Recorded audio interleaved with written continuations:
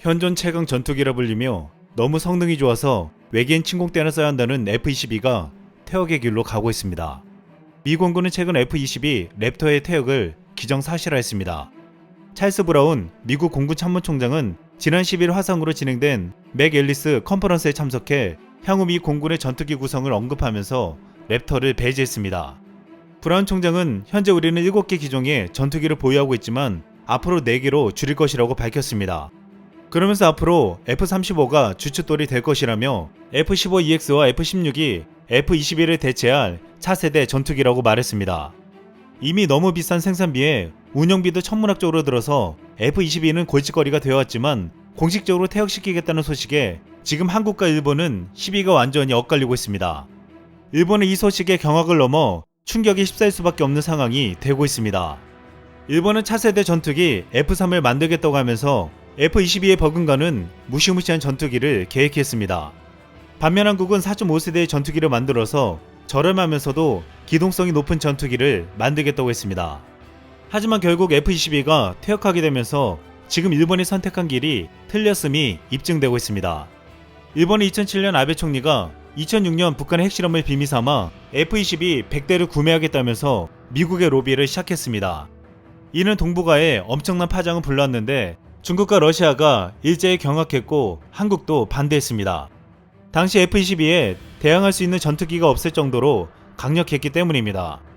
록히드 마틴은 이제 F-22 생산으로 돈을 벌 수 있을 거라 좋아했지만 오바마 정부는 일본에 수출하는 것을 금지했습니다.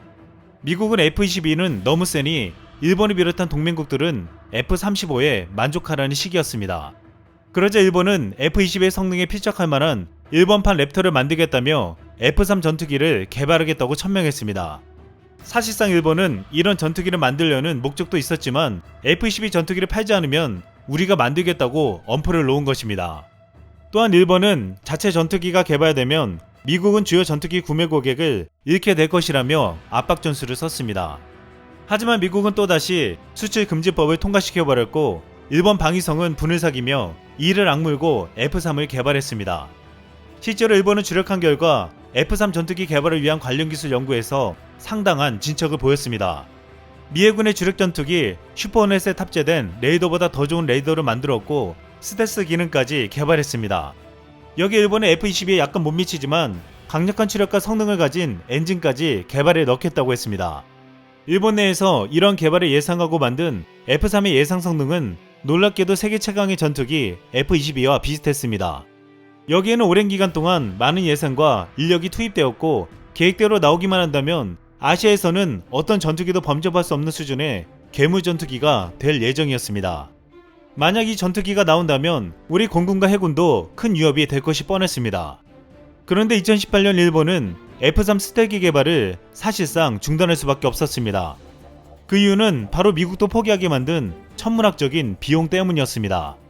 F-3의 개발 비용은 20에서 30조 원 정도가 든다고 했지만 엔진 개발 비용을 포함하면 최대 60조까지 든다고 했습니다. 또한 F-3의 한 대당 가격이 3천억 원이 넘을 것이라고 했는데 그렇게 되면 F-35의 3배에 가까운 가격이 되는 것입니다. 게다가 F-22처럼 운용비를 감당하기 힘들 것이 뻔했습니다. 현재 천문학적인 국가부채를 자랑하는 일본에게는 감히 엄두가 나지 않는 상황이 된 것입니다. F-22의 퇴역은 그렇지 않아도 길을 잘못 왔나 싶은 일본의 머리를 하얗게 만들었습니다. 한때 미국은 구형 4.5세대 전투기 F-15를 퇴역시킬 것으로 예상되었으나 정작 퇴역시키는 것은 세계 최강의 전투기 F-22였습니다. 오히려 미 공군은 기동성이 높은 4.5세대 전투기 F-15를 성능 개량해 추가로 구매해 배치할 계획을 세웠습니다. 미국의 이런 움직임은 한국의 KF-21을 가성비가 높은 4.5세대 전투기로 개발한 것이 신의 한 수였다는 말을 듣게 만들고 있습니다. KF-21은 아시다시피 저렴한 가격과 낮은 운영비에 부품과 정비를 우리 손으로 할 수 있는 우리 전투기입니다.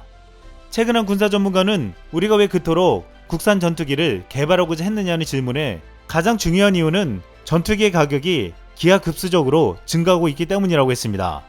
여기에 기름값, 수리비, 부품비 등이 포함되는 전투기 운영비용은 구입비의 3배에 이를 것이라고 했습니다. 그는 이런 상황이 어이없다며 심지어 이런 말까지 했습니다. 이런 식으로 전투기 가격이 오르면 2054년에는 미국 국방비로도 전투기 한 대밖에 못 산다. 많은 이들은 KF-21이 F-22 랩터의 모습을 닮았다며 베이비 랩터라고 불렸습니다. 앞으로 F-22가 퇴역해 사라지는 동시에 KF-21이 하늘을 날게 될 것으로 보이는데, KF-21이 나중에 5세대, 6세대로 개량된다면 진정한 랩터로 불릴 것이라는 말이 벌써부터 나오고 있습니다. 이상 쓸먹이었습니다.